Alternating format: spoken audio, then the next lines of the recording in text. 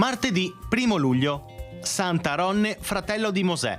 È il 182esimo giorno dall'inizio dell'anno, ne mancano 183 al termine. Il sole sorge alle 5:26 e tramonta alle 21:03.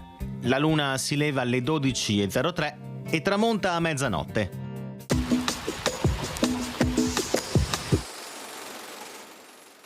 Parte legge emanata dal Maggior Consiglio sull'ordinamento della marineria civile. È la prima legge sulla navigazione di cui si sia a conoscenza. Il patronus, capitano, deve avere almeno 30 anni.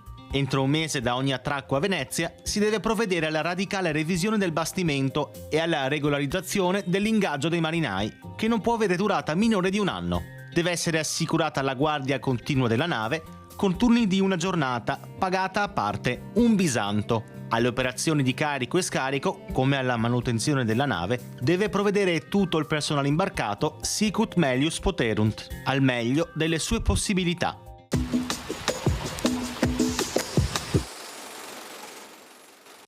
Le previsioni per domani.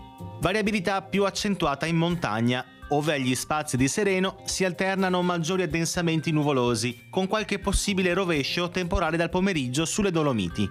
Temperature minime in lieve calo sulle zone interne, stazionarie o in leggero aumento su costa e pianura limitrofa.